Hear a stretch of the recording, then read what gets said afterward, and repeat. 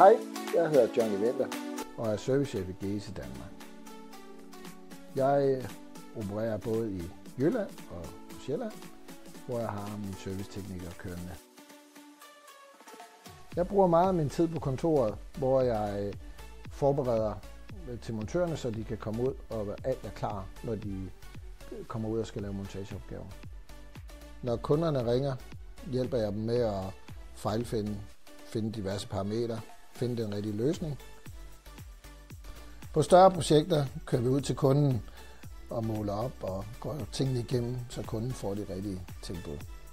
Jeg er mest ude at køre på de store projekter og sørger for, at alt er klar til mine kollegaer. I Gese Danmark har vi det godt. Vi er ligesom en familie. I køkkenet kan vi både snakke om hundepasning og ferier og børn. Glæder mig hver dag til at køre på arbejde. Der er ikke 2 dage, der er ens. Det er det, jeg godt kan lide ved mit job. 25 år med installationer og planlægning. Det er Gese Scandinavien.